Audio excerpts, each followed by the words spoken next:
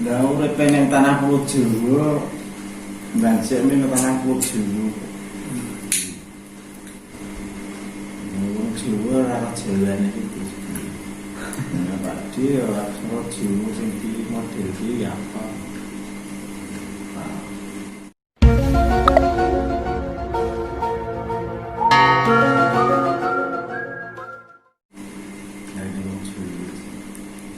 Wonocoroko.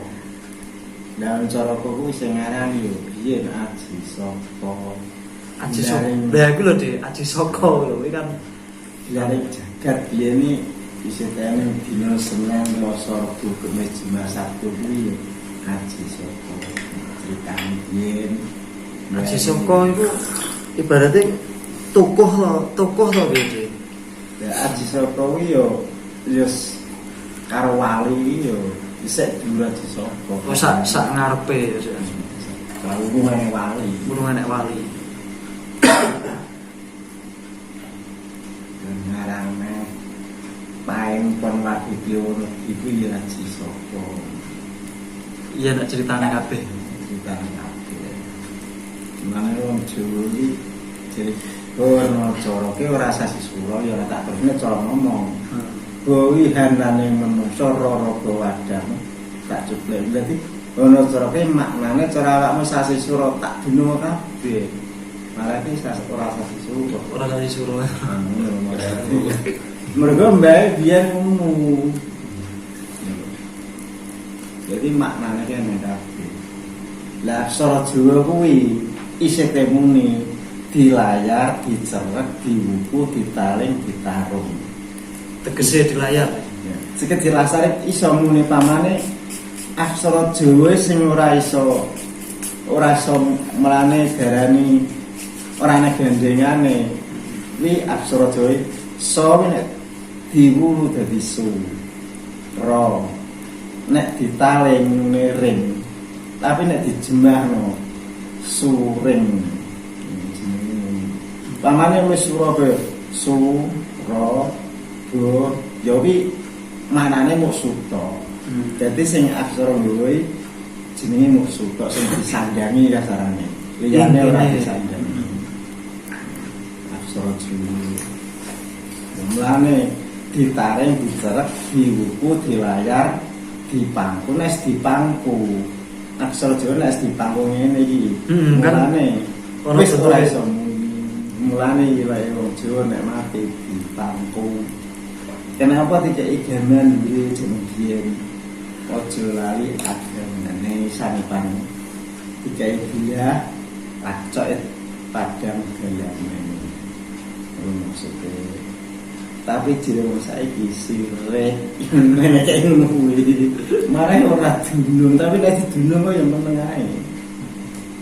Kuwi bae biyen mejang iki ngono. Tapi ora kena digawe dolanan. Lah ono cara apa Datasala dojene monggo botomo. Sapa sing iso male? Ora iso. Male aksara Jawa yang ora ngerung iso. Yang malikane ngetok bogomo nyaya Dodokala Wasada para Jana kuwi wae diwae. Tunggale alebak tak sak jin tak kok dandang kok sak sini. Iki ono maknane kabeh. Mulane iki nek dina Setu dinune nondi, dina Minggu dinune nondi, Senin nondi, Selasa nondi, Rebu nondi iki enek kabeh. Saiki dina apa dinane kan Selasa. Selasa iki ngidul mulon. Awakmu pamane kok ndek anak loro. Ya diarake mergo godak dina iki.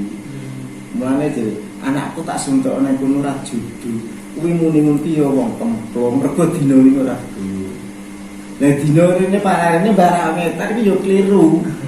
Ngono lho maksude iki ngono. Jembah lor.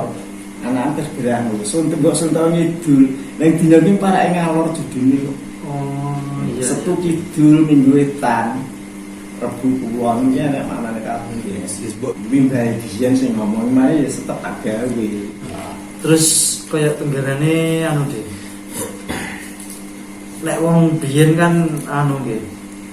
Ibaratnya Aja lunga lho iki entek dinamu kadang-kadang ngoten niku pripun maksudnya Saupamane kok tiron. hmm Tiranmu nang apa? Tiran wetonmu. berarti cuma lagi Jumagi. ah Jumanem lebih limo. Jumlah piro? 11 Wah. Hitung enteke nang apa? Jumagi stupae ngakon nang lagi sepuluh lagi mesti jumlah lagi ngakon nang lagi. Dadi seneng lagi enteke wasem. oh ngoten Ngono ki ngene. Nek enek sing ngelinge iki wase alam upamane nggo sapa? Iki cara pemetu diadraki. Hati-hati lah maksud. yo ogale Cara penting apa yang apa diaten nek ora penting wis ora usah. Masalah gebrakan jiwa, masalah gebrakan jiwa. Jangan murid yang tanah jiwa.